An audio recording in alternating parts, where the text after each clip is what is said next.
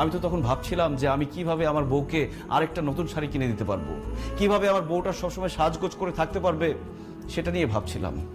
আমি প্রশংসা করতে পারিনি এই জন্য। আমি 9টা থেকে 5টা পর্যন্ত অফিস করি, মাঝে মধ্যে এক্সট্রা কাজও করি। অফিসে বসের সাথে কথা বলে, কলিগদের সাথে কথা বলার পর আর কথা বলার মতো কোনো শক্তি থাকে না আমার, তাই এসে আমি শুয়ে পড়তে চাই। আখি, দিন শেষে আমিও মানুষ, আমি রোবট না।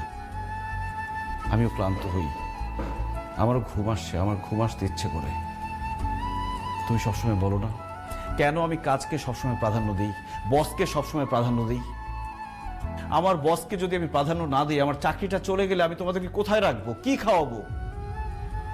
আখি, প্রেমিকের সাথে কখনো স্বামীর তুলনা করো না। একজন প্রেমিকের কোনো দায়িত্ব নেই, সে অনেক কিছুই করতে পারে, কিন্তু একজন স্বামীর মাথায় তার স্ত্রী, তার সংসার, তার বাবা মা সব কিছুর দায়িত্ব থাকে।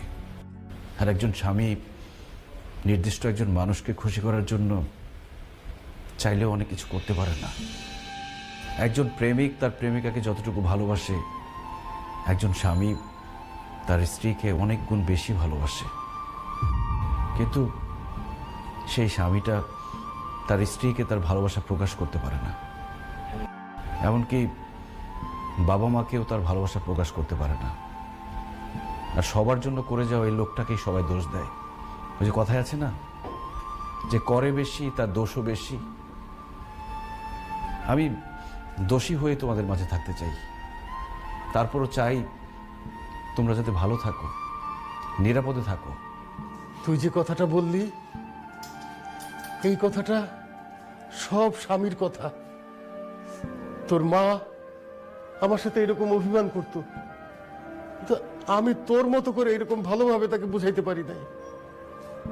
বৌমা, আমার ছেলে বদলায় নাই, তোমার স্বামী মোটেই বদলায় নাই।